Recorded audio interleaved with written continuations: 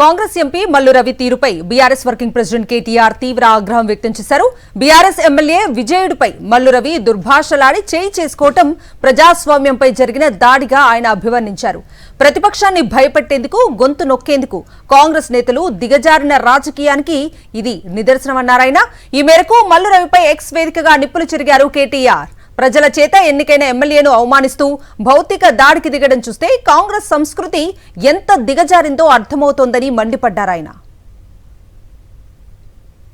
చట్టం, రాజ్యాంగం, ప్రజాస్వామ్య విలువలపై కాంగ్రెస్ కు గౌరవం లేదని ఈ ఘటన మరోమారు స్పష్టం చేస్తోందన్నారు కేటీఆర్.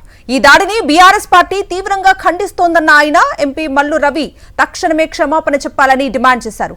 సీఎం రేవంత్ రెడ్డి కూడా నైతిక బాధ్యత వహించి చర్యలు తీసుకోవాలన్నారు.